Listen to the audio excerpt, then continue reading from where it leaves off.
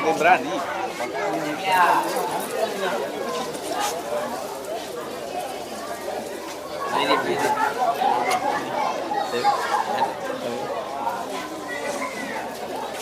Ini.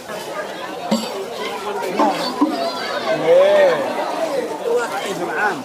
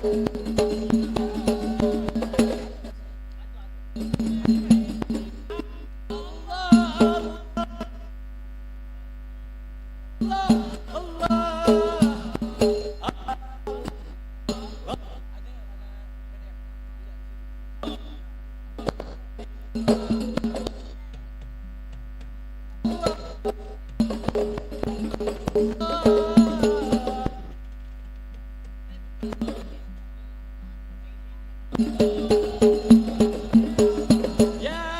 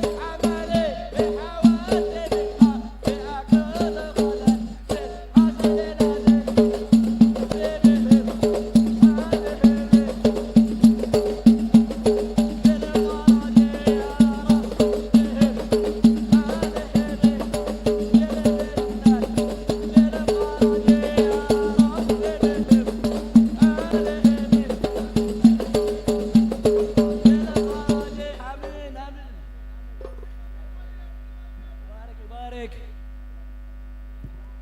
دروا صلاح على النبي. Cek, cek.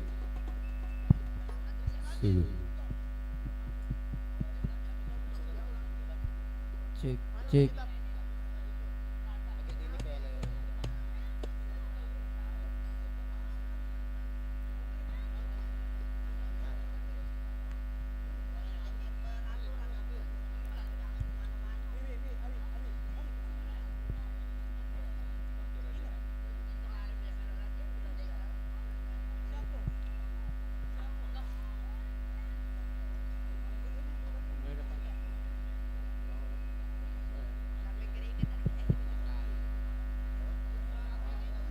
Cek.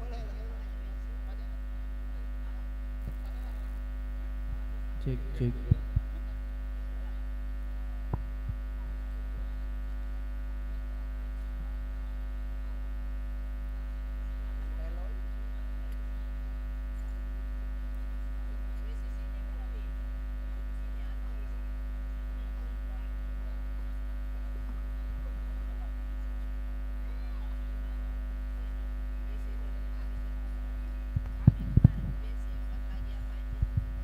فاتحة جرى تدعو علماء سيد الوالد الحبيب محمد سيد بن حفيد بأن الله دخل نياتي بأن بعمل بأن الله فازنا وأعلانا أولادنا من البلية رزق الفتن ما ظهرنا بطن بأن الله بل مقاصدنا مقاصد مشايخنا ويختم لنا بالحسنى بخير ورفق وعافية وإلى حضرة النبي سيدنا محمد صلى الله عليه وسلم.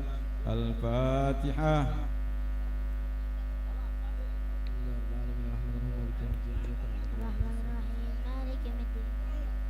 يا ربي صل على محمد، يا ربي صل عليه وسلم. يا ربي صل على محمد، يا ربي صل عليه وسلم. يا ربي صل على محمد حبيبك الشافع المشفع. يا ربي صل على محمد، يا ربي صل عليه وسلم. يا ربي صل على محمد أعلى الورى رتبة وأرفع. يا ربي صل على محمد، يا ربي صل عليه وسلم. يا ربي صل على محمد اسم البرايا جاها وأوسا. يا ربي صل على محمد، يا ربي صل عليه وسلم. يا ربي صل على محمد واسلك بنا ربي خير مهيا. يا ربي صل على محمد، يا ربي صل عليه وسلم. يا ربي صل على محمد وعافنا واشفي كل موجع. يا ربي صل على محمد، يا ربي صل عليه وسلم. يا ربي صل على محمد وأصلح القلب واعف وانفع. يا ربي صل على محمد، يا ربي صل عليه وسلم. يا ربي صل على محمد وقف المعادي واصرفه واردع. يا ربي صل على محمد، يا ربي صل عليه وسلم. يا ربي صل على محمد نحل في حسنك الممنع. يا ربي صل على محمد، يا ربي صل عليه وسلم. يا ربي صل على محمد رب ارضى عنا رضاك الأرفع.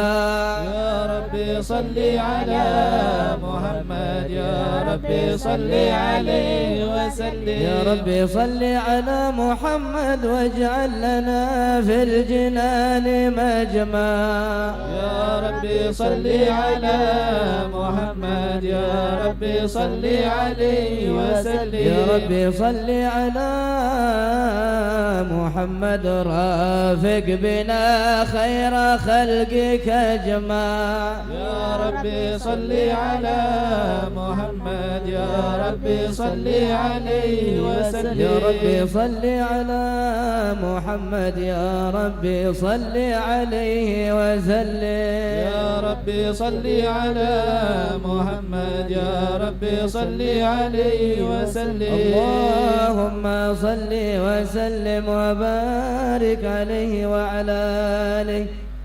أعوذ بالله من الشيطان الرجيم. بسم الله الرحمن الرحيم.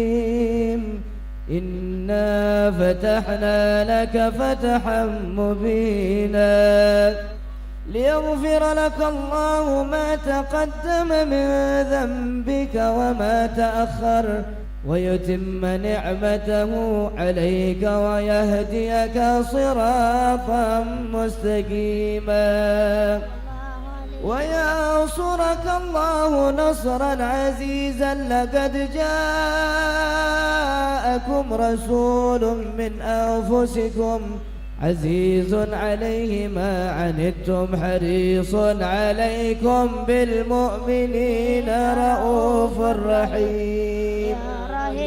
فإن تولوا فقل حسبي الله لا إله إلا هو عليه توكلت وهو رب العرش العظيم. إن الله وملائكته يصلون على النبي يا أيها الذين آمنوا صلوا عليه وسلموا تسليما. اللهم صل وسلم وبارك عليه اللهم صل وسلم وبارك عليه وعلى آله. بسم الله الرحمن الرحيم. الحمد لله الذي هدانا بعبده المختار من دعانا إليه بالإذن وقد نادانا لبيك يا من دلنا وحدانا. صلى عليك الله بارئك الذي بك يا مشفع خصنا وحبانا مع آلك الأطهار معدن سرك الأسمى فهم سبل النجاة حمانا. وعلى صحابتك الكرام حماة دينك أصبحوا لولائه عنوانا والتابعين لهم بصدق ما حدا حاد المودة هيج الأشجانا. صلى الله عليه. والله ما ذكر الحبيب لدى المحب إلا وأضحى والها النشوانا.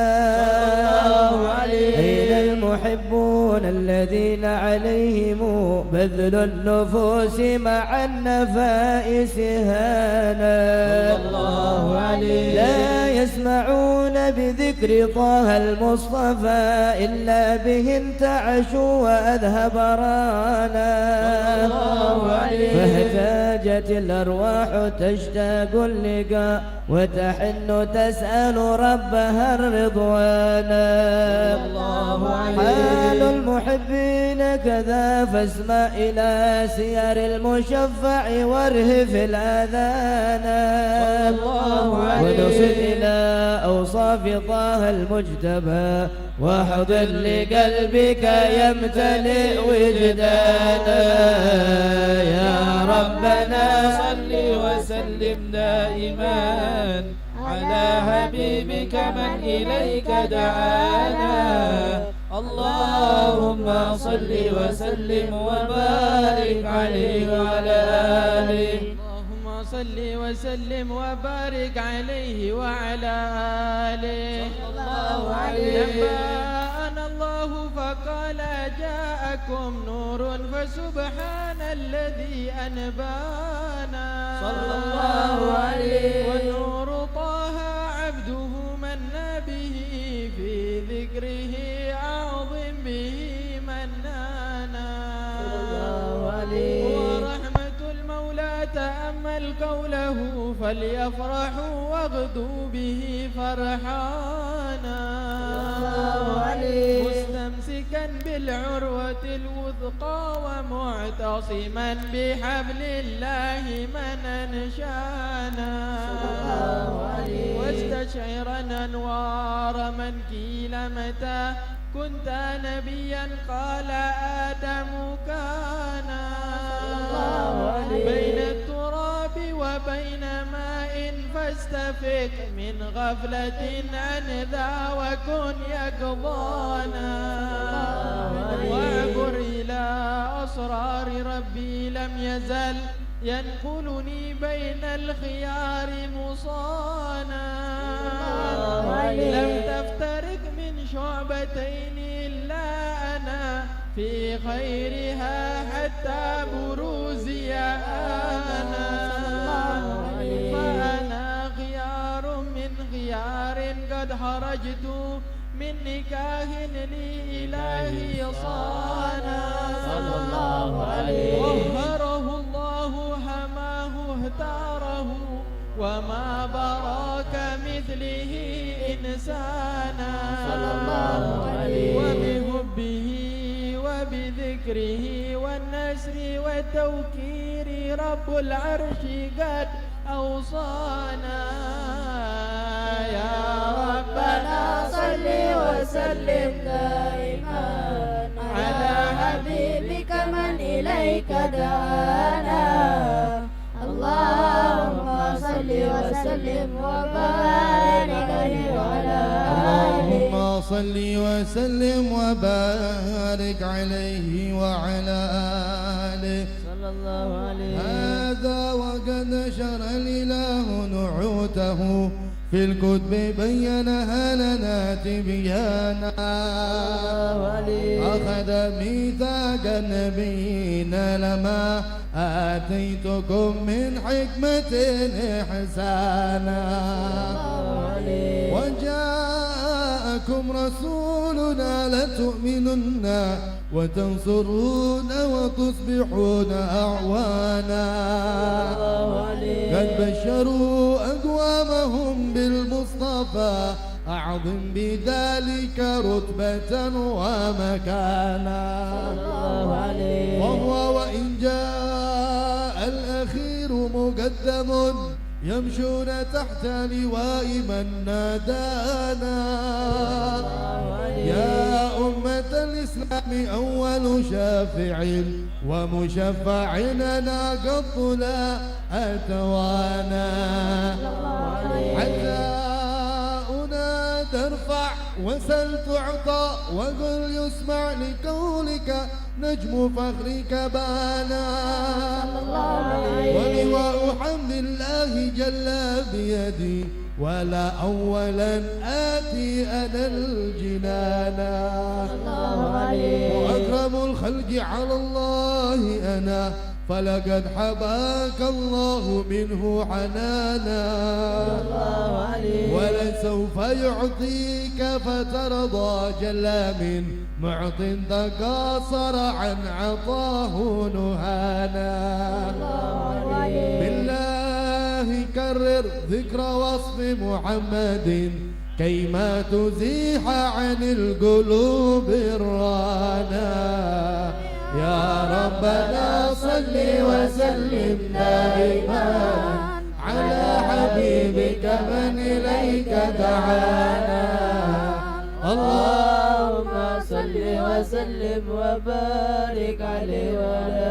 آله اللهم صل وسلم وبارك عليه وعلى آله صلى الله عليه. لما دنا وقت البروز لأحمد عن إذن من ما شاءه قد كان صلى الله عليه. حملت به الأم الأمينة بنت وهب من لها أعلى الإله مكانا صلى الله عليه. من والد المهتار عبد الله بن عبد المطلب رأى البرحانا صلى الله عليه. بل كان يمر نور طه وجهه وصار إلى الابن المصون عيانا وهو ابن هاشم الكريم الشخم ابن مناف بن قصي كان الله عليه والده يدعى حكيما شأنه قد اعتلى عزيز بذلك شانا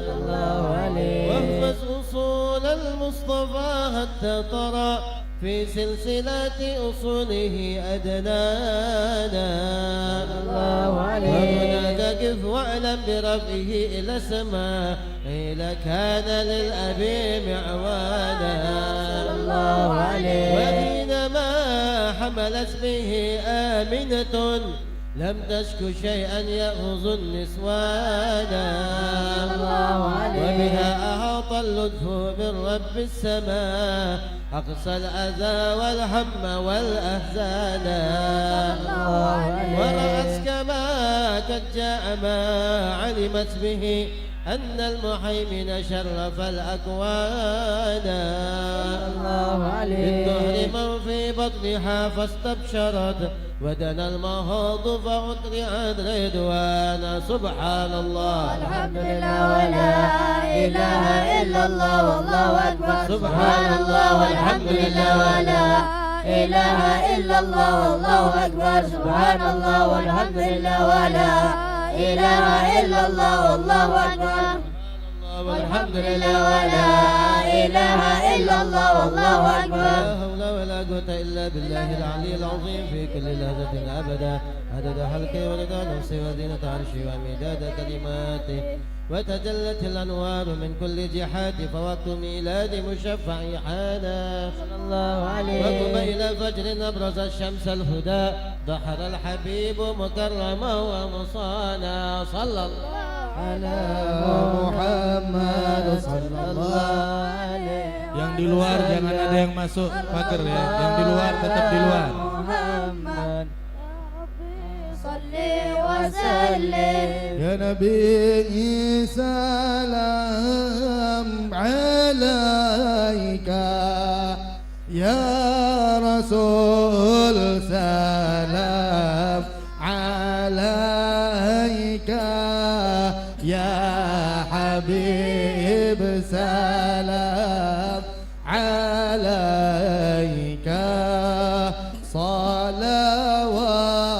salawatullah alaika Allah ya Nabi salam alaika Ya Rasul salam alaika Allah ya Habib salam alaika salawatullah alaika أبرز الله المشفع صاحب القدر المرفع فملا النور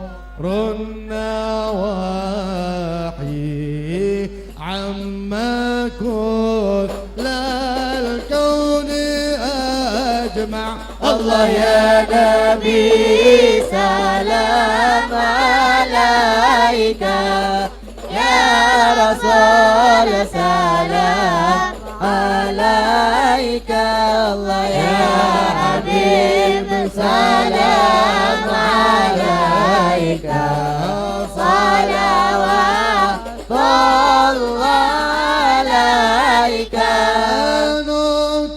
نكسات صنام مشركين وبنا شرك تصدع ودنا وقت الهداية وحماية الكفر تزعزع الله يا نبي سلام عليك يا رسول سلام عليك الله يا حبيب سلام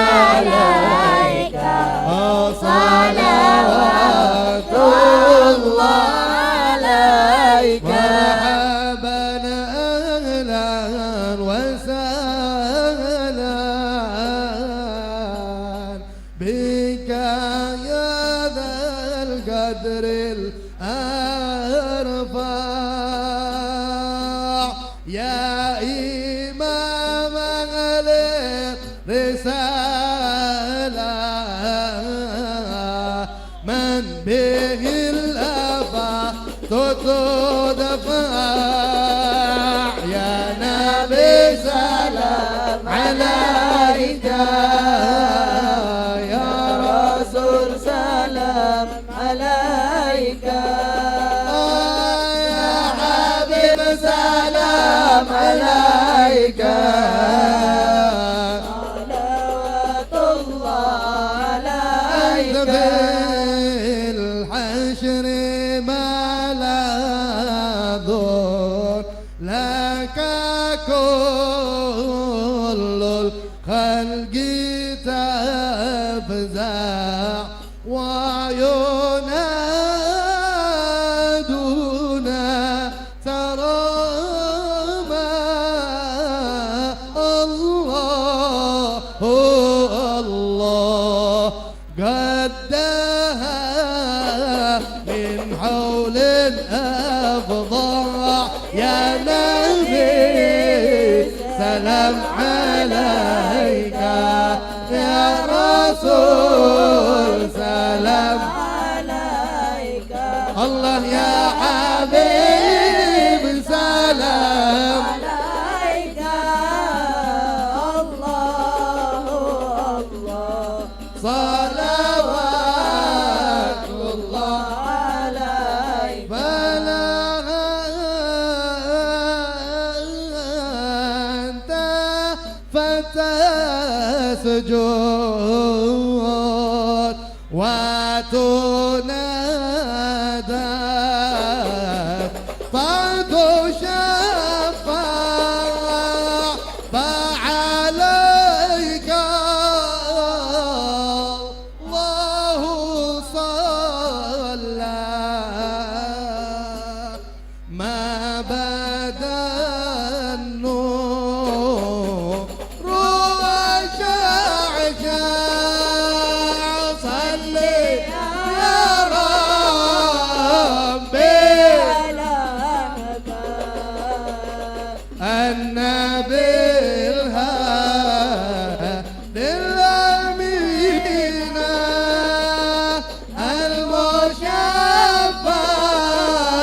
المشفع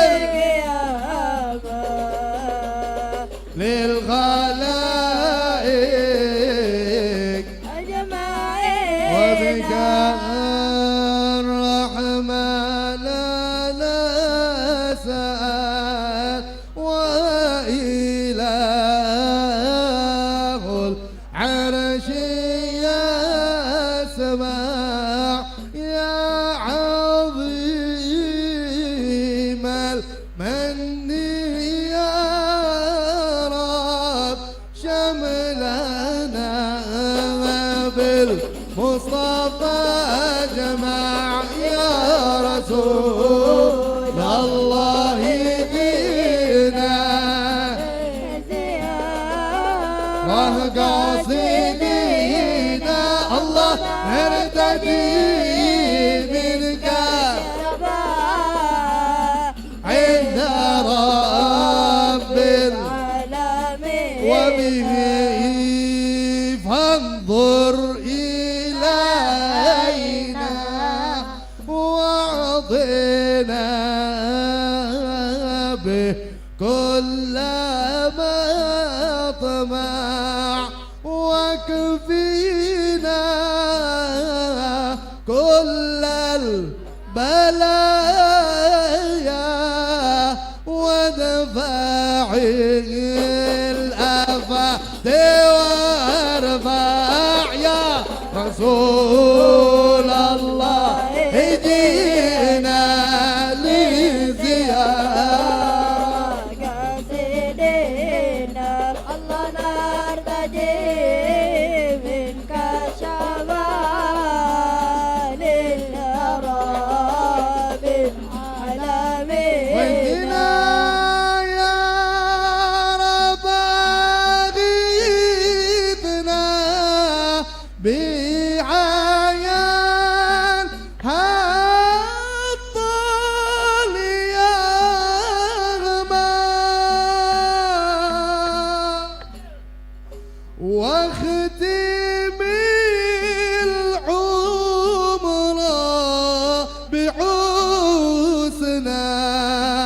وحسن العقبة وما رجع يا رسول الله صلوا عليه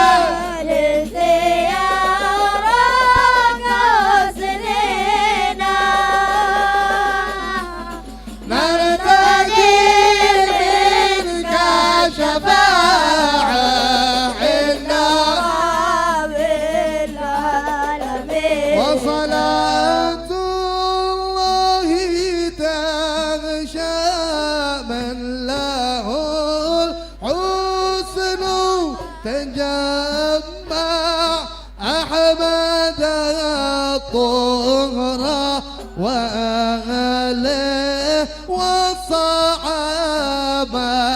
مسنا شعيا توابة علينا يا توابة علينا وارحمنا وانظر إلينا وارحمنا وانظر إلينا صلى الله على محمد صلى الله عليه وسلم صلى الله على محمد يا ربي صل وسلم صلى الله على محمد صلى الله عليه وسلم صلى الله على محمد يا ربي صل وسلم.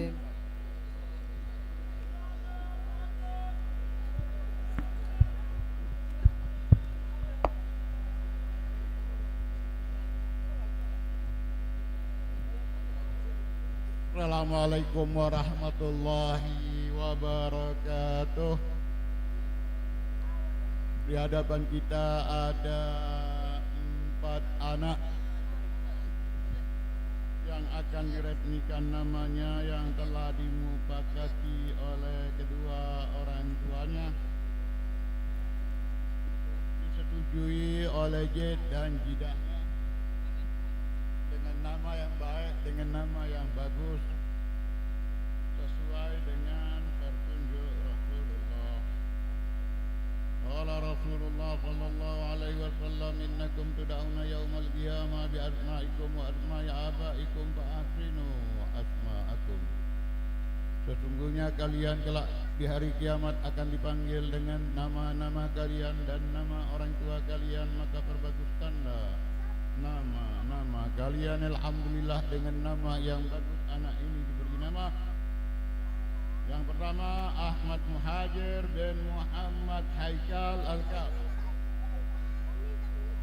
dan yang kedua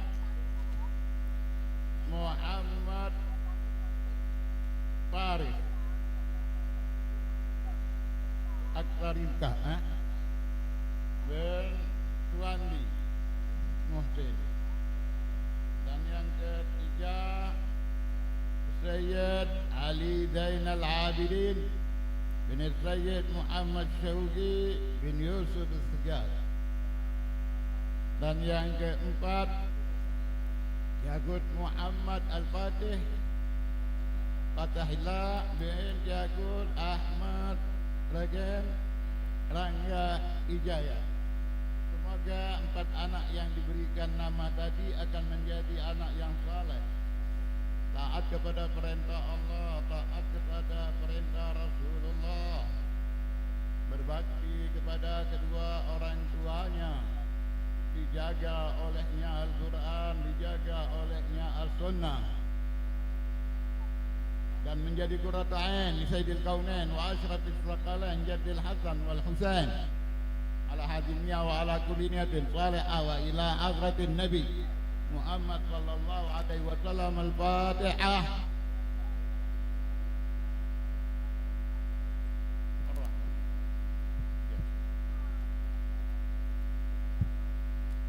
الله الرحمن الرحيم الحمد لله رب العالمين اللهم صل على سيدنا محمد وعلى آل سيدنا محمد اللهم بارك لنا في أولادنا وبناتنا ولا تذرهم ووفقنا بطاعتك وارزقنا حج ربنا هب لنا من أزواجنا وذرياتنا قرة أعين واجعلنا للمتقين إماما ربنا آتنا في الدنيا حسنة وفي الآخرة حسنة وقنا عذاب النار وأدخلنا الجنة مع الأبرار يا عزيز يا غفار برحمتك يا أرحم الراحمين يا أرحم الراحمين صلى الله على سيدنا محمد وعلى آله وصحبه وسلم الحمد لله رب العالمين.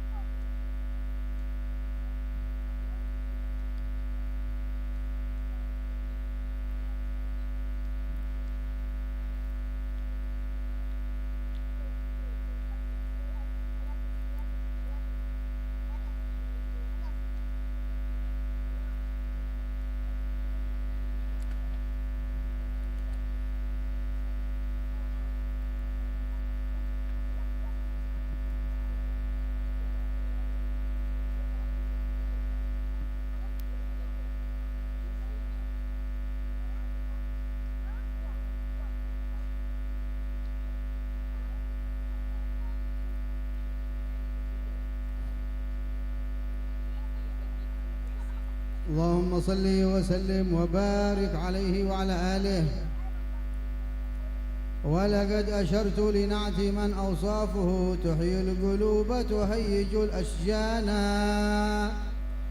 والله قد أثنى عليه فما يساوي القول منا أو يكون ثنانا لكن حبا في السرائر قد دعا لمديح صفوة ربنا وحدانا وإذا امتزجنا بالمودة ها هنا نرفع أيدي فقرنا ورجانا للواحد الأحد العلي إلهنا متوسلين بمن إليه دعانا مختاره وحبيبه وصفيه زين الوجود به الإله حبانا يا ربنا يا ربنا يا ربنا بالمصطفى قبلنا أجب دعوانا أنت لنا يا ذخرنا في هذه الدنيا وفي أخرانا أصلح لنا الأحوال واغفر ذنبنا ولا تواخذ ربي إن أخطأنا واسلك بنا في نهج طه المصطفى ثبت على قدم الحبيب خطانا أرنا بفضل منك طلعة أحمد في بهجة عين الرضا ترعانا واربط به في كل حال حبلنا وحبال من ودى ومن والانا والمحسنين ومن أجاب نداءنا وذوي الحقوق وطالبا أوصانا والحاضرين وساعيا في جمعنا ها نحن بين يديك أنت ترانا ولقد رجوناك فحقق سؤلنا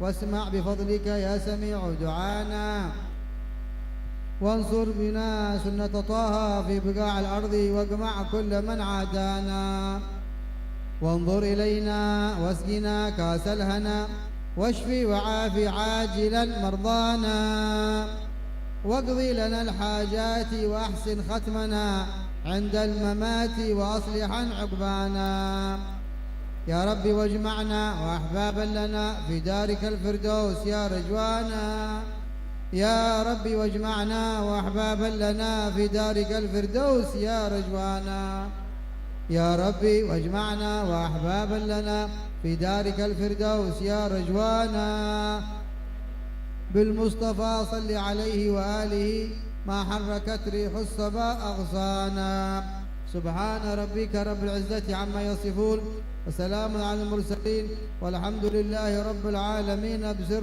الفاتحة.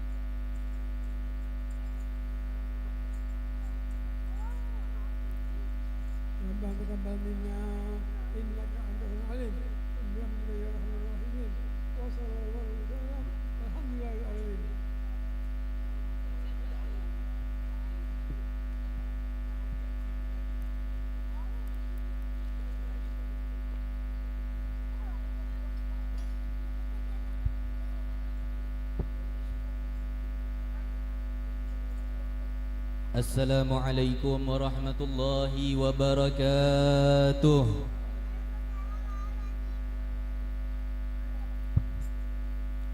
Alhamdulillah. Alhamdulillahi rabbil alamin. Al-karimil mannan. Dzil fadl wal judi wal ihsan.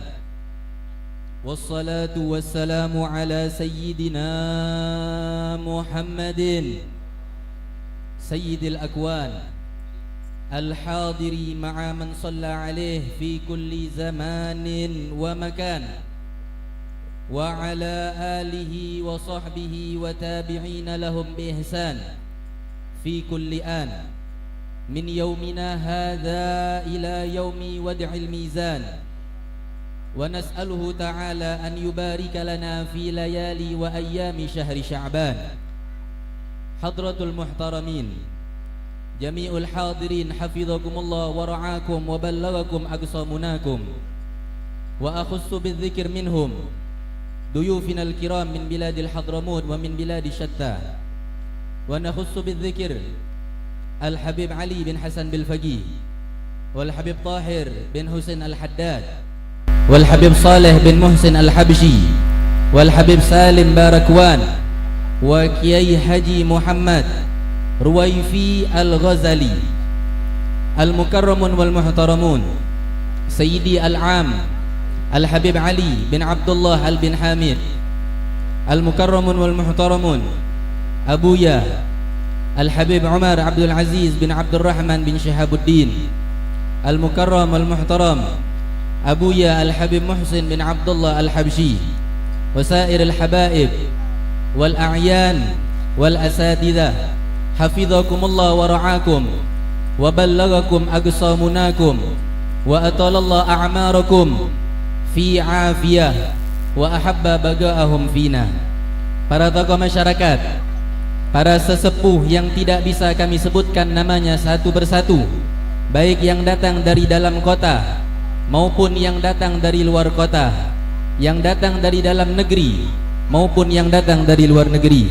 Semoga insyaallah berkat perkumpulan yang mulia ini kita minta kepada Allah Subhanahu wa taala agar Allah berkenan untuk mengumpulkan kita bersama mereka semua kelak, bersama datuk-datuk mereka dan bersama baginda Nabi besar Muhammad sallallahu alaihi wasallam di barzakh, di padang mahsyar, dan masuk syurga bersama dengan beliau sallallahu alaihi wasallam. Amin Allahumma amin ya rabbal alamin. Dari semenjak pagi tadi kita telah bersama-sama melaksanakan rangkaian acara ziarah kubra di hari yang kedua ini, dimulai dari rumah Al-Arif Billah Al-Imam Al-Qutub Al-Habib Ahmad bin Hasan Al-Habshi di kampung Al-Habshi, dilanjutkan dengan berziarah ke pemakaman Aulia Telaga Suwida, serta dilanjutkan dengan berziarah ke magam Al-Habib Hamid bin Ali bin Alawi bin Abdullah bin Alawi Al-Haddad sahibur ratib, serta Al-Habib Alawi bin Syekh As-Segaf di komplek As-Segaf, dan dilanjutkan pada sore tadi dengan pembacaan Kutubus Salaf di Musalla Al-Habib Abdurrahman bin Muhammad Al-Munawwar, salat maghrib berjamaah, pembacaan surah Yasin dan tahlil, salat isya berjamaah, dan sekarang kita berkumpul di lapangan kampung Al-Munawwar dalam rangkaian acara Haul Al-Imam Al-Arif Billah Al-Faqih Al-Muqaddam Thani Al-Imam Al-Ashraf Al-Habib Abdurrahman bin Muhammad As-Segaf.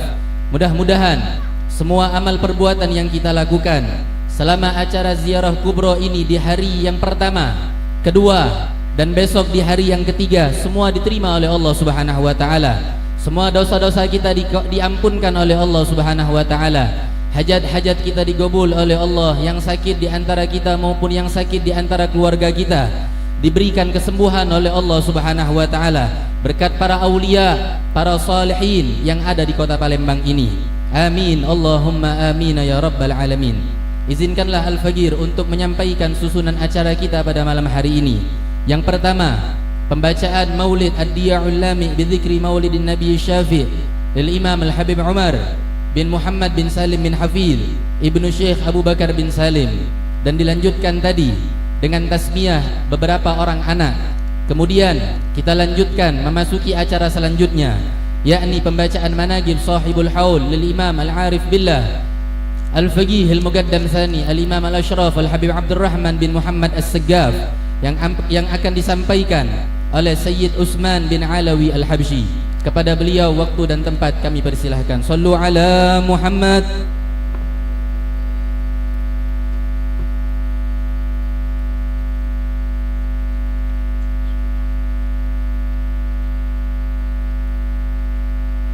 Bismillahirrahmanirrahim. Ala inna awliya Allahi la khawfun alaihim wa lahum yahzanun. Lahum ma yasha'una inda rabbihim. Dzalika huwal fadlul kabir. Alhamdulillahi rabbil alamin. Hamdan yuafi ni'amahu wa yukafi'u madidah. Alhamdulillahilladzi hadana lil iman wal islam wa syarrafana bittiba'i sayyidil anam wa ja'ala dzikras salihina sababan linuzulir rahmat wal barakat. Allahumma salli wa sallim wa barik ala sayyidina Muhammadin nuril mubin wa rahmatil muhada wa ala alihi wa sahbihi wa man sara ala nahjihi ila yaumiddin, amma ba'd. Ma'asyiral hadirin wal mustami'ina rahimakumullah. Berdirinya Al-Faqir di sini sedikit akan menyampaikan sekelumit manaqib daripada sahibul hal Asy-Syaikh Abdurrahman As-Saggaf bin Muhammad Maulad Dawileh, yang lebih dikenal dengan Faqih Muqaddam Tsani. Beliau adalah Abdurrahman bin Muhammad Maulad Dawileh bin Alwi Al-Ghuyur bin Muhammad Al-Faqih Al-Muqaddam bin Ali bin Muhammad Sahibul Mirbat bin Ali Khaliq Ghasam bin Alwi bin Muhammad bin Alwi bin Ubaidillah bin Ahmad Al-Muhajir bin Isa An-Nagib bin Muhammad bin Ali Al-Uraidi bin Ja'far As-Sadiq bin Muhammad Al-Bagir bin Ali Zainal Abidin bin Al-Husain bin Ali bin Abi Talib wa Fatimah Az-Zahra bintan Nabi sallallahu alaihi wasallam. Beliau dilahirkan di kota Tarim, Yaman, Hadramut pada tahun 739 Hijriah.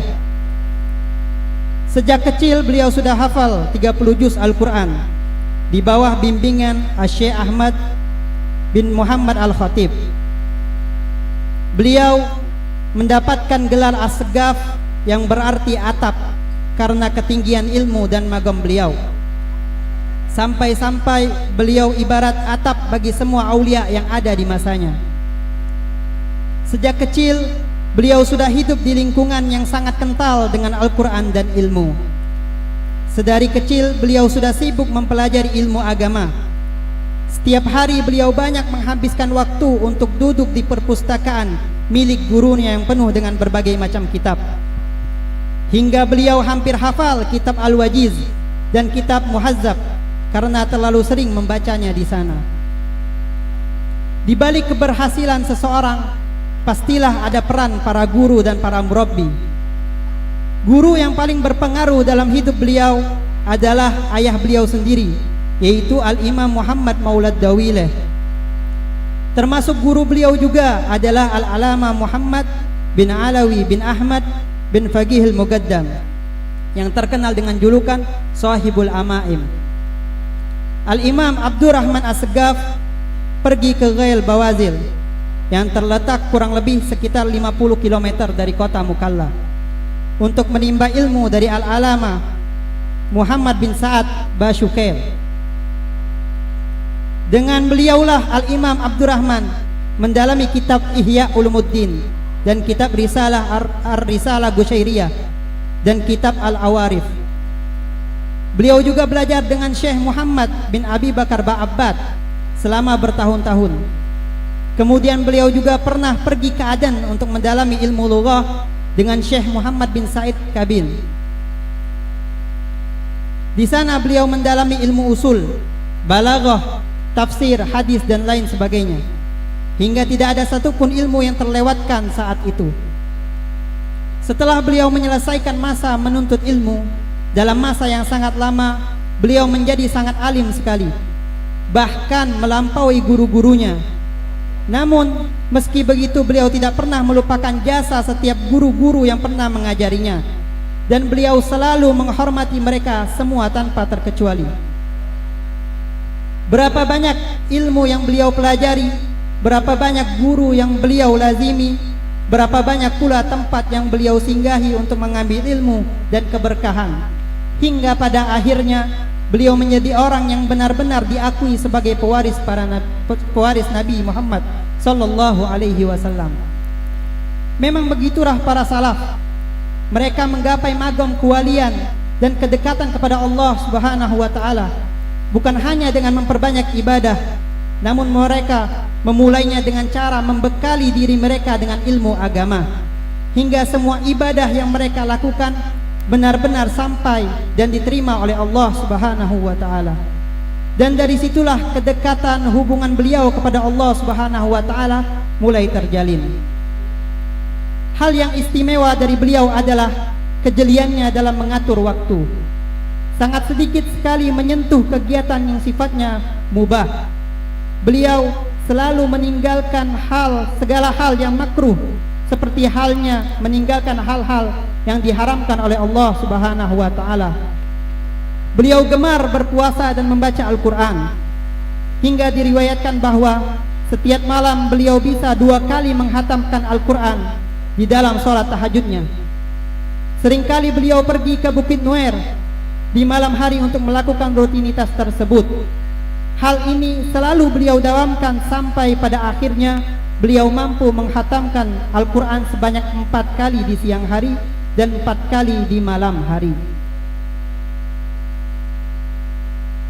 Beliau adalah sosok yang sangat istiqomah. Beliau tidak pernah terbesit untuk meninggalkan ibadah yang bisa beliau kerjakan. Bahkan saat malam pengantin sekalipun beliau tidak meninggalkan sholat tahajud. Beliau suka beruzlah, menyendiri untuk berduaan dengan Sang Pencipta. Seringkali beliau pergi ke lembah tempat makam Nabi Hud yang tidak ada penghuninya. Dengan berbekal seadanya, beliau membawa beberapa buah kitab dan perlengkapan ibadah untuk menyendiri di sana selama beberapa minggu. Al-Imam Abdurrahman As-Segaf adalah sosok yang sangat zuhud dan juga warok. Bukan berarti beliau tidak mencari nafkah untuk anak dan istrinya, melainkan dunia yang beliau miliki hanya beliau letakkan di tangan dan tidak sedikit pun memiliki ruang di dalam hati beliau. Karena pada sejatinya para aulia memandang dunia tak ubah seperti bangkai yang hanya akan digemari dan diperebutkan oleh anjing-anjing yang kelaparan. Beliau memiliki banyak kebun di beberapa wilayah yang ada di Hadramut. Namun harta tersebut tidak sedikit pun membuat beliau menjadi kurang ibadahnya. Justru beliau menjadikan kebun-kebun tersebut sebagai wasilah untuk beribadah.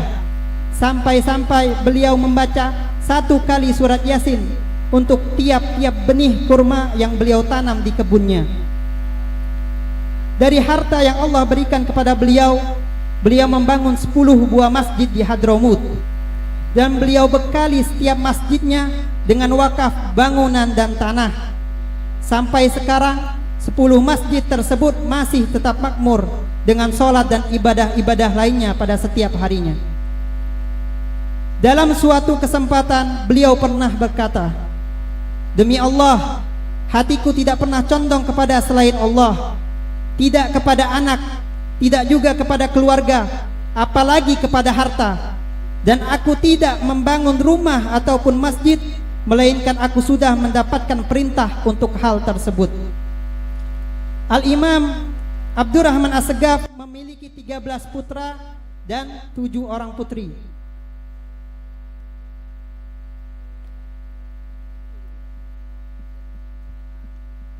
Semua anak beliau dididik dengan sangat baik, sebagaimana dulu beliau dididik oleh ayahnya. Sehingga mereka semua menjadi para wali Allah. Bahkan dinyatakan bahwa 13 orang putra beliau semuanya adalah wali kutub. Di antara mereka adalah Sayyiduna Umar Mukhdar yang kewaliannya sangat tersohor di mana-mana. Al-Imam Abdurrahman As-Segaf adalah pewaris Nabi Muhammad SAW yang telah berhasil mewarisi bagian yang sangat besar daripada warisannya Nabi Muhammad SAW. Bagaimana tidak?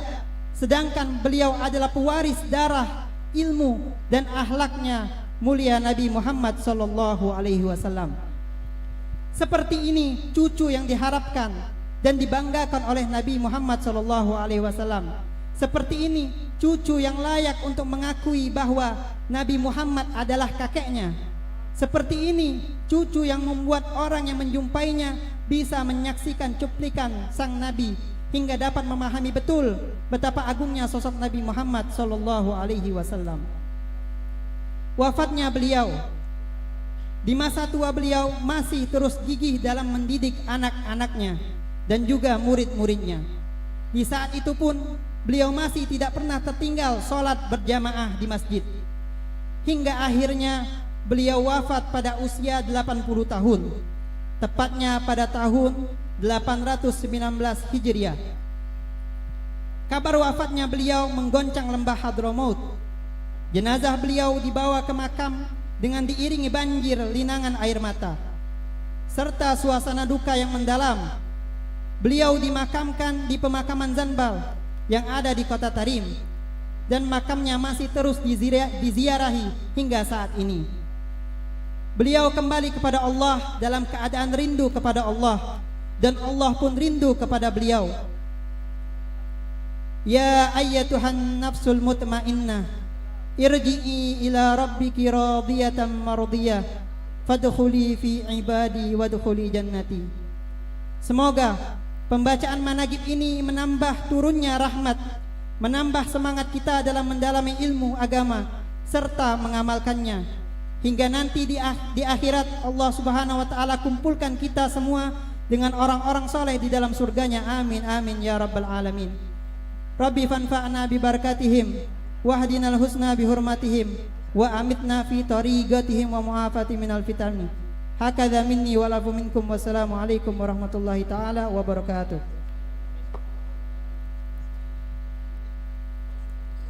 Alaf mabruk lil Habib Husain bin Abi Bakar bin Ali As-Segaf mendapatkan cucu dari menantunya Muhammad Farhan, diberi nama Abdul Sayyid Abdullah Mujtaba bin Muhammad Farhan Al-Haddad. Annallah yaj'al waladan salihan zakiyan aliman baran nafi'an ala hadinya wa ala kulli natin salihah wa ila hadratin Nabi Muhammad sallallahu alaihi wasallam. Fatihah.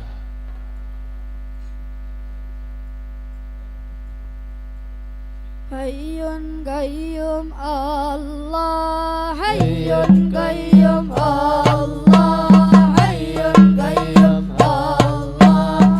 Al-laila indakum 'id ya ahbabi ya maulid Rasulillah khairil bariyah. Al-laila indakum 'id ya ahbabi ya maulid Rasulillah khairil bariyah.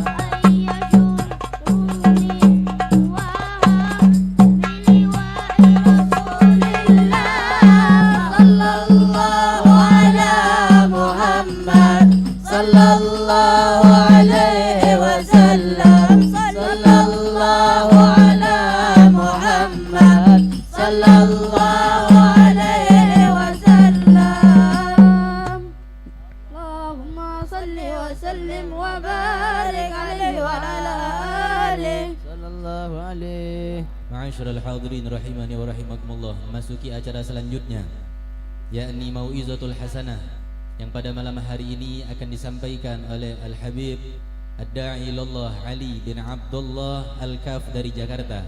Kepada beliau waktu dan tempat kami persilahkan. Sallu ala Muhammad.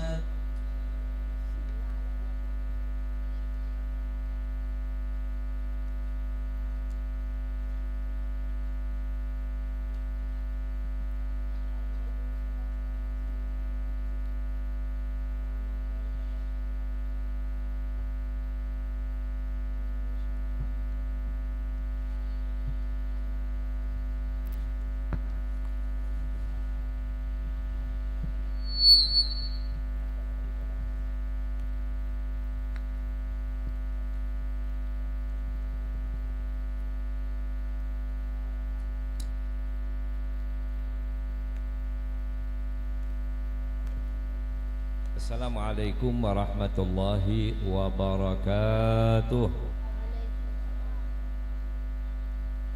Bismillah, masyaallah, la yasukul khaira illallah.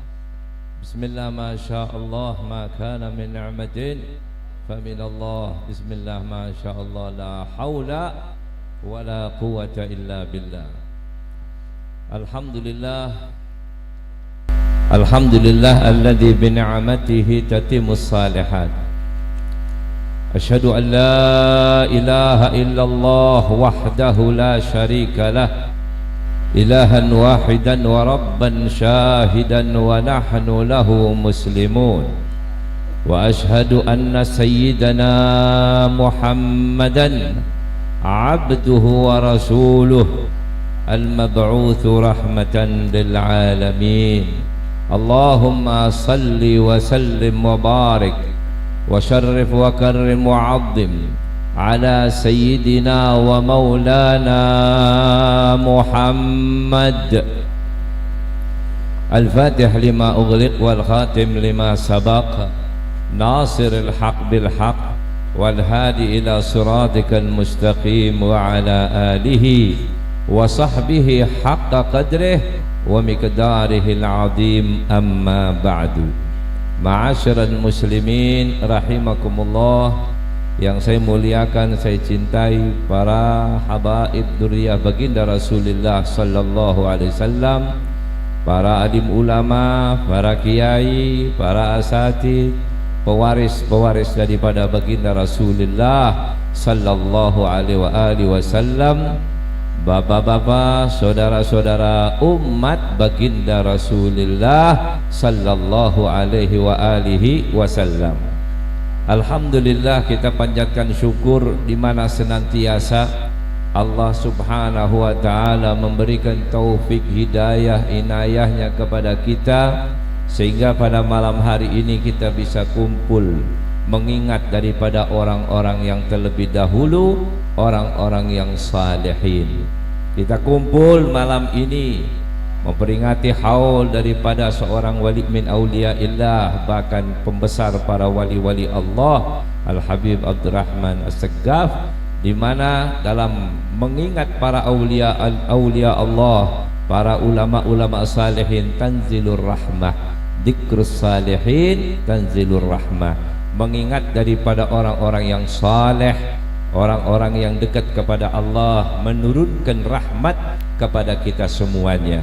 Dengan harapan dari Allah subhanahu wa ta'ala, di malam hari ini Allah ampuni segala dosa-dosa kita, yang besar maupun yang kecil, yang disengaja maupun yang tidak, yang diketahui maupun yang tidak diketahui, yang sudah lampau maupun yang akan datang. Amin amin ya rabbal alamin. Dan mudah-mudahan Allah subhanahu wa ta'ala menggabulkan segala niat hajat baik kita semuanya, dalam kepentingan hajat duniawiyah maupun hajat daripada ukhrawiyah. Dan insya Allah masa depan kita, bangsa kita, negara kita, pemerintahan kita yang akan datang insya Allah jauh lebih baik daripada sebelum-sebelumnya. Amin amin ya rabbal alamin. Ma'asyiral muslimin rahimakumullah, kita beruntung, 1000 kali beruntung dan senantiasa beruntung karena kita menjadi umat baginda Rasulullah sallallahu alaihi wasallam, di mana Rasulullah SAW pernah menyatakan, antum haddi minal umam wa ana haddukum minal anbiya. Ini satu kabar yang luar biasa. Nabi SAW bukan sekedar memberitahu kita, tapi ini ucapan dari Nabi merupakan satu kebanggaan. Nabi bangga dengan kita.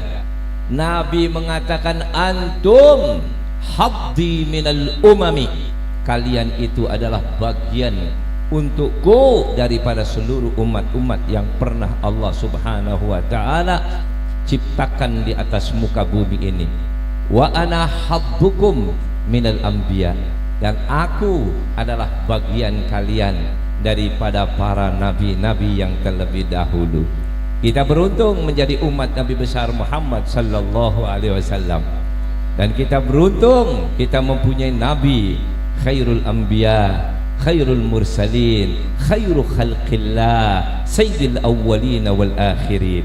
Kita punya seorang nabi yang sebaik-baik nabi, sebaik-baik daripada para rasul, sebaik-baik daripada seluruh makhluk-makhluk Allah subhanahu wa ta'ala. Kita beruntung 1000 kali, karena apabila kita melihat pada diri kita, siapa kita ini, apa yang sudah kita lakukan, apa yang bisa kita lakukan, kita enggak seperti umat-umat terlebih dahulu. Bahkan kita tidak seperti ulama-ulama, orang tua-tua kita yang terlebih dahulu, jauh 1000 kali dari apa yang mereka pernah lakukan.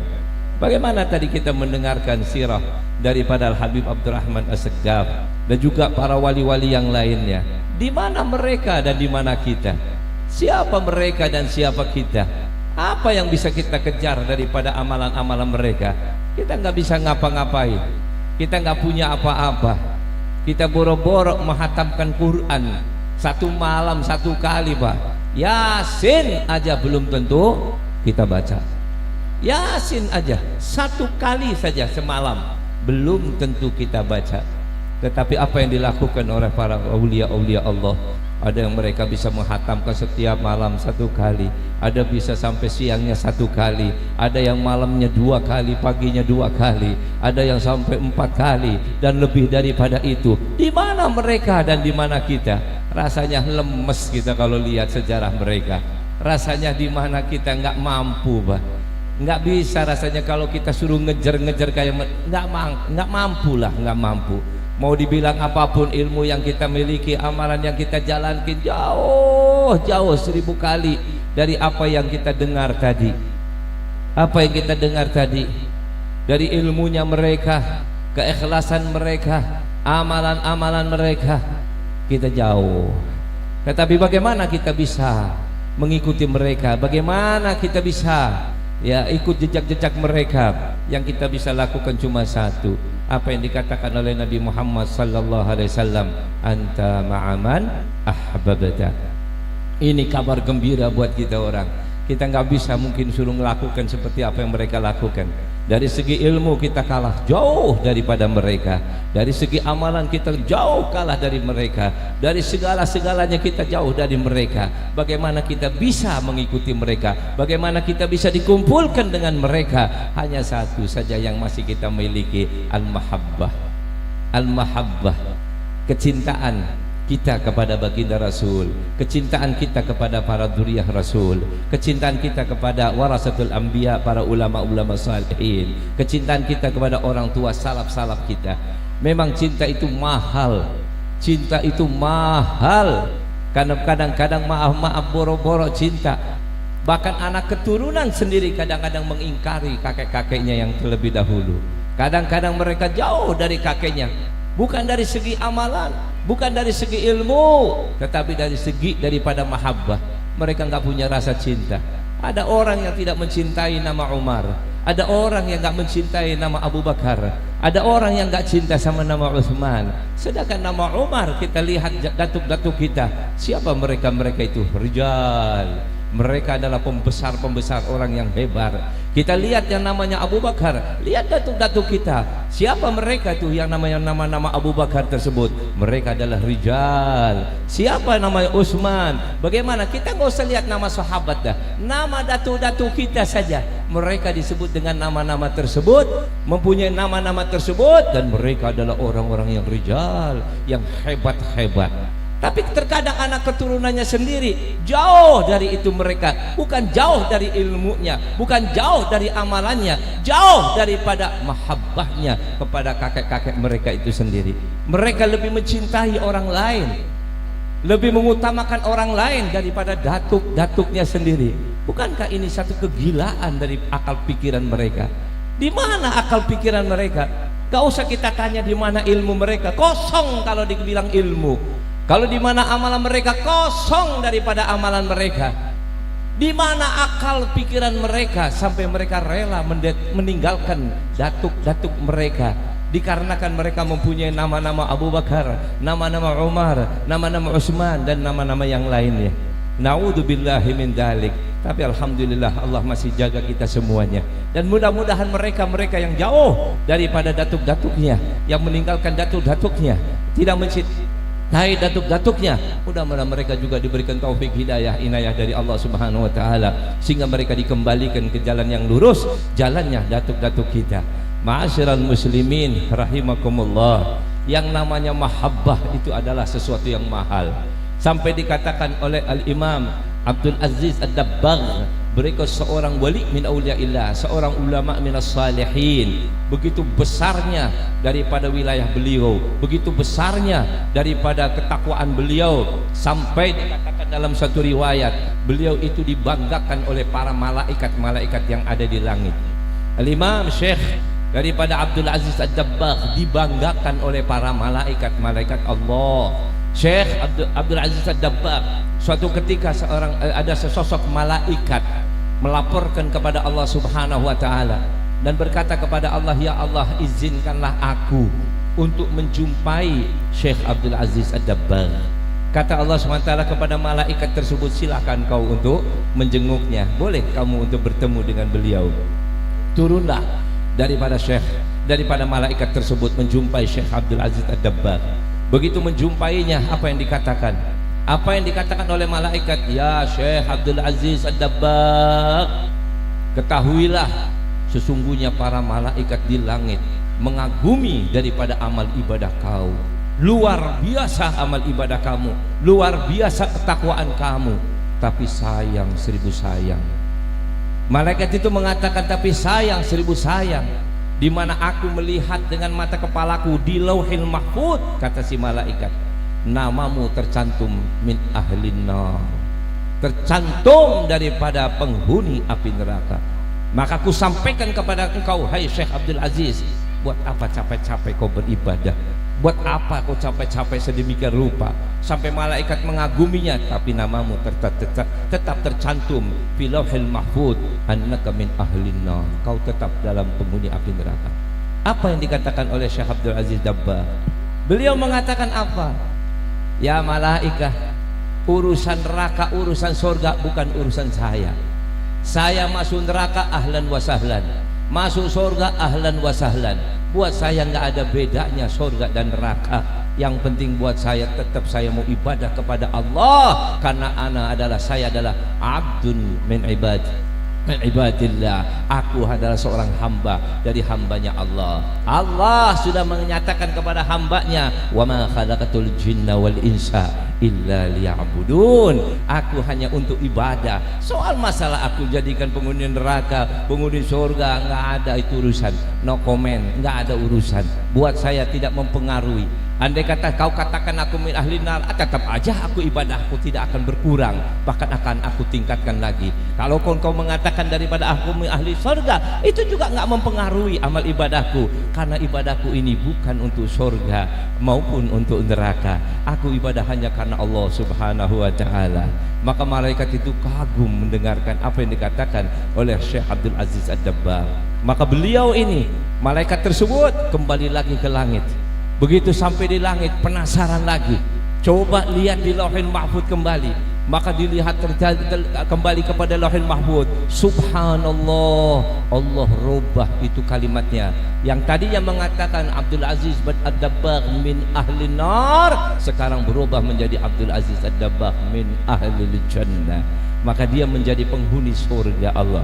Turun kembali itu malaikat, turun kembali memberitahukan kepada Syekh Abdul Aziz Ad-Dabbagh, ya Syekh, al-bishara, kabar gembira, kabar gembira. Apa yang terjadi ya malaikat? Aku melihat kembali di Lauhil Mahfuz, karena hebatnya kau itu beribadah, Allah rubah nasib kamu yang tadinya min ahli nar, sekarang min ahli jannah. Maka Syekh Abdul Aziz Ad-Dabbagh mengatakan, baik kalau begitu, bolehkah aku bertanya kepadamu? Maka kata malaikat tersebut mengatakan, silakan kau bertanya saya, apa yang ingin kau katakan? Coba beritahuku 2 perkara pertanyaan. Yang pertama, mengapa Allah merubah nasibku min ahlil jannah dari min ahlin nar? Maka malaikat mengatakan, karena keikhlasan kamu, karena kau sungguh-sungguh ikhlas dalam ibadah, bukan karena surga, bukan karena neraka, tapi semata-mata karena Allah. Maka Allah pun menghapus itu catatan kau menjadi min ahlil jannah, daripada penghuni surga Allah. Baik kalau begitu. Yang kedua, aku ingin bertanya, ini buat kita semuanya, hati-hati. Apa kata beliau? Aku ingin bertanya, mengapa Allah catat aku menjadi penghuni api neraka, sedangkan kau tahu apa yang aku lakukan dalam amal ibadah? Mengapa Allah catat aku sampai aku dikatakan min ahli nar? Apa sebabnya? Maka malaikat itu mengatakan, maaf ya Syekh Abdul Aziz Ad-Dabbagh, kau masih ingat pada masa kau masih remaja? Pada masa kau masih remaja, masih muda, ya hitung-hitung bahasa kita mungkin 15 tahunan. Kau masih ingat pada saat kau umur sekitar 15 tahun, masih kau remaja, di mana satu ketika ibumu datang kepada kau, ibumu mendatangi kau, ingin menyuruh kau, tapi kau melihat kedatangan ibumu, kau berpura-pura kau tidur. Kau berpura-pura kau tidur. Maka ibu begitu melihat kau dalam keadaan tidur, maka ibumu tidak jadi membangunkan kamu, tidak jadi untuk menyuruh kamu. Itu Allah murkanya yang luar biasa. Dari situlah maka saat itu Allah mencoret nama kamu. Ibadah apapun yang kau lakukan, Allah tidak butuhkan, Allah tidak memandangnya. Allah tinggalkan semua amal ibadah kamu, kau akan tetap dicoret sama Allah dan dikatakan kau min ahlin nar. Itulah sebabnya daripada apa yang pernah kau lakukan hanya satu kali, bukan menolak perintah ibu. Ibu belum memerintahkan, ibu ingin memerintahkan, ibu ingin menyuruh itu anak, tapi itu anak berpura-pura tidur saja, berpura-pura tidur, sehingga ibu tidak jadi menyuruh. Ibu nggak nyuruh, nggak, tapi Allah tahu apa maksud yang kau lakukan itu mendatangkan kemurkaan Allah. Wal iyadu billahi min dzalik. Dari situlah maka Allah murka kepadamu. Tapi dengan sekarang ini keikhlasanmu ibadah, Allah angkat derajat kamu, Allah pindahkan engkau menjadi ahli surga. Maka Syekh Abdul Aziz Dabbagh mengatakan, mulai hari ini, detik ini, aku tidak akan berbicara apapun kecuali untuk birrul walidain. Aku sisa umurku, aku hanya untuk berdakwah, untuk mengatakan birrul walidain, bertakwa dan juga berbaktilah kepada kedua orang tua kita. Ma'asyiral muslimin rahimakumullah. Kalau seorang wali min auliya, seorang ulama besar ahli ibadah, dikarenakan hanya berpura-pura tidur saja, tidak mau ingin untuk diperintah orang tuanya, dicatat nama Allah daripada ahli neraka, menjadi anak yang durhaka, maka bagaimana dengan nasib kita? Wal iyadu billahi min dzalik. Mungkin orang tua kita ridho sama kita, mungkin orang tua kita tidak mempermasalahkan kita, tapi jangan salah, Allah yang mempermasalahkan. Orang tua kita ridho sama kita, orang tua kita nggak apa-apa, tapi Allah yang mempermasalahkan. Makanya 3 perkara ini yang harus dihati-hati. 1, hubungan kalian dengan Nabi Muhammad. 2, hubungan kalian dengan kedua orang tua kalian. 3, hubungan kalian dengan guru-guru kalian. Jangan sekali-kali mendatangkan daripada kemurkaan Allah dikarenakan hubungan kita yang tidak baik. Tetapi sebaliknya, kalau kita cinta dengan mereka, kita menghargai mereka, apa yang dikatakan oleh Al-Imam Abdul Aziz Ad-Dabbagh tersebut, beliau pernah mengatakan, mahabbatun nabi hiya al-hasanatu allati la tadurru ma'aha sayi'atun, wa adamu mahabbatin nabi wa hiya as-sayi'atu allati la tanfa'u ma'aha al-hasanatu. Coba bayangin saja, beliau mengatakan mahabbatun nabi, cintanya kita kepada Rasulullah dengan sungguh-sungguh cinta kepada Rasulullah, itu adalah al-hasanatu wa hiya hasanatun, itu adalah sesungguh-sungguhnya daripada suatu kebaikan. Allati la tadurru ma'aha sayi'atun, apapun dosa yang kau lakukan itu tidak akan berpengaruh sama sekali pada diri kalian kalau kalian menanamkan rasa mahabbah, cinta kepada baginda Rasulullah sallallahu alaihi wasallam. Tetapi sebaliknya, ada muhabbatin Nabi sallallahu alaihi wasallam wahia as-sayi'atu, itu adalah biang kerok daripada segala kejelekan-kejelekan. Allati la tanfa'u ma'aha al-hasanatu, sebaik apapun yang kau lakukan, ibadah apapun yang kau lakukan, tidak ada artinya apa-apa kalau kalian tidak mempunyai rasa mahabbah kepada baginda Rasulullah sallallahu alaihi wasallam. Begitu hebatnya ta'alluq kita kepada Nabi sallallahu alaihi wasallam. Inilah yang diajarkan kepada Rasulullah. Jadi kalau mahabbah itu bukan sekedar ittiba'an Nabi sallallahu alaihi wasallam, bukan, Pak. Ada mahabbah ittiba', ada mahabbah secara qalbiyah. Maka itu seorang sahabat bertanya kepada Rasulullah sallallahu alaihi wasallam, ya Rasulullah, mata sa'ah. Ini hadis apa ini? Ya, Nabi mengatakan, sahabat mengatakan, mata sa'ah ya Rasulullah, madza a'adata laha? Apa yang kau siapkan?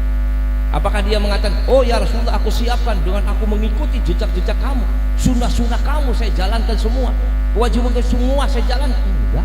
Dia hanya mengatakan, aku enggak punya amalan apa-apa ya Rasulullah, illa mahabbatullah wa mahabbatur rasulih, tidak kecuali cintaku kepada Allah dan Rasulullah SAW. Jadi kalau mahabbah itu diterjemahkan, boleh terjemahkan dengan ittiba', boleh diterjemahkan dengan rasa mahabbah qalbiyah, mahabbah daripada hati, ya, itu juga boleh. Karena mahabbah kalau dengan ittiba', siapa di antara kita yang mampu ittiba' secara keseluruhan dengan baginda Rasulullah sallallahu alaihi wasallam, ya? Siapa di antara kita? Sulit, Pak. Apalagi zaman-zaman seperti sekarang ini, sulit. Tapi yang paling penting kalau tidak bisa mengikuti dengan cara sunnah-sunnah Nabi secara kesempurnaannya, paling tidak rasa mahabbah dalam hati kita kepada Rasulullah, rasa kerinduan, kecintaan kepada Rasulullah sallallahu alaihi wasallam. Maka itu Imam Syafi'i pernah bertanya, ya Imam, apa yang paling lebih afdal, lebih nikmat daripada surga? Apa yang lebih nikmat daripada surga? Kata Imam Syafi'i, ru'yatun Nabi Muhammad sallallahu alaihi wasallam. Yang lebih nikmat, lebih indah, lebih atom, lebih utama daripada surga seisinya, itu adalah satu, yaitu ru'yatu Rasulullah SAW. Kalau saya bisa melihat Rasulullah, itu lebih nikmat daripada surga seisinya. Ma'asyiral muslimin rahimakumullah, dalam acara seperti ini mari tingkatkan rasa mahabbah kita kepada Nabi sallallahu alaihi wasallam, mahabbah kita kepada para salihin, mahabbah kita kepada orang tua-tua kita, karena enggak ada amalan yang bisa kita lakukan yang bisa menyampaikan kita kepada mereka semuanya kecuali rasa mahabbah, ta'zim kita kepada mereka semua. Mudah-mudahan Allah Subhanahu wa taala memanjangkan umur kita sehat wal afiat, memanjangkan umur kita dalam taat kepada Allah Rasulnya, memanjangkan umur kita dalam mahabbah kepada Allah, mahabbah kepada Nabi, mahabbah kepada para salihin, dan mudah-mudahan kita semuanya dalam keadaan husnul khatimah. Rabbana anfa'na bi barakatihim wahdinal husna bi hurmatihim wa amitna fi tariqatihim wa mu'afatin minal fitani. Rabbana taqabbal minna innaka antas samiul alim wa tub alaina innaka antat tawwabur rahim.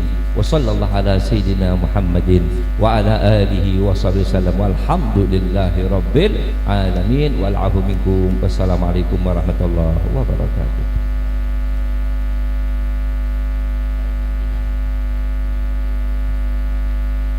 Kita ucapkan terima kasih kepada Al-Habib Ali Zainal Abidin bin Abdullah Al-Kaf yang sudah memberikan mau'izatul hasanahnya tadi. Mudah-mudahan kita bisa amalkan di dalam kehidupan kita sehari-hari. Amin Allahumma amin ya rabbal alamin.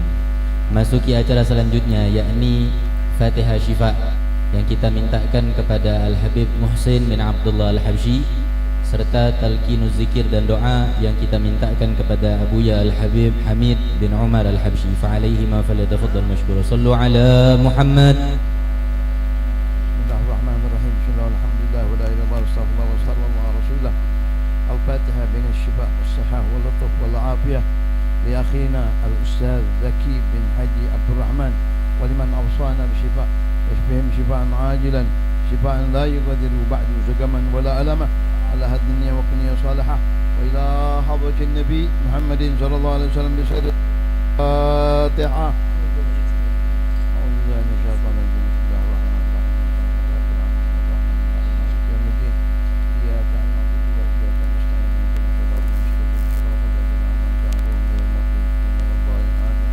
Bismillahirrahmanirrahim. Bismillahirrahmanirrahim. Wa la ilaha illallah wa sallallahu ala rasulillah. Allahumma salli ala sayyidina Muhammadin tibbil qulubi wa dawaiha wa afiyatil abdan wa shifaiha wa nuril absari wa dhiyaiha wa ala alihi wa sahbihi wasallam. Walhamdulillahi rabbil alamin. Rasulullah sallallahu alaihi wasallam afdal ma kuntu ana والنبي النبي لا إله إلا الله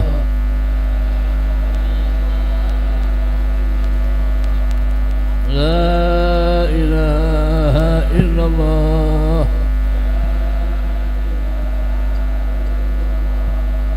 لا إله إلا الله محمد رسول الله كلمة حق عليها نحيا وعليها نموت وإليها نبعث إن شاء الله من الآمين. بسم الله الرحمن الرحيم. الحمد لله رب العالمين. اللهم صل على سيدنا محمد وعلى آل سيدنا محمد. اللهم اجعلنا ممن شهد ذنب وغفرته ولا مريضا له شفته ولا مريضا إلا شفيته ولا عيبا إلا سترته ولا حاجة من فائدنا لك إلا إذا رضيتها ويسرتها يا رب العالمين. اللهم أتنا وترحمنا اللهم أتنا ولا تحرمنا وزدنا ولا تنقصنا وآثرنا ولا تؤثر علينا اللهم يا مفرج فرج اللهم يا مفرج فرج اللهم يا مفرج فرج فرج همنا غمنا وكربنا وكرب المسلمين أينما كانوا برحمتك يا أرحم الراحمين اللهم اغفر لنا ذنوبنا واستر عيوبنا واكشف كروبنا وعافنا واعف عنا وتجاوز عن سيئاتنا برحمتك يا أرحم الراحمين ربنا آتنا في الدنيا حسنة وفي الآخرة حسنة وقنا عذاب النار وأدخلنا الجنة مع أبرار يا عزيز المغفرة يا ستار يا رب العالمين اللهم كما بلغتنا اللهم كما بلغتنا رجب وشعبان فبلغنا رمضان اللهم كما بلغتنا رجب وشعبان فبلغنا رمضان اللهم كما بلغتنا رجب وشعبان فبلغنا رمضان وإنا على الصيام والقيام وتلاوة القرآن ومن الأعمال الإحسان برحمتك يا أرحم الراحمين وصلى الله على سيدنا محمد وعلى آله وصحبه وسلم الحمد لله رب العالمين. Dengan berakhirnya doa syifa, talqinuz zikir dan doa penutup tadi, maka berakhirlah acara kita pada malam hari ini. Al-Faqir selaku pembawa acara dan mewakili segenap panitia, wabil khusus Abna Al-Habib Abdurrahman bin Muhammad Al-Munawwar, mengucapkan ribuan terima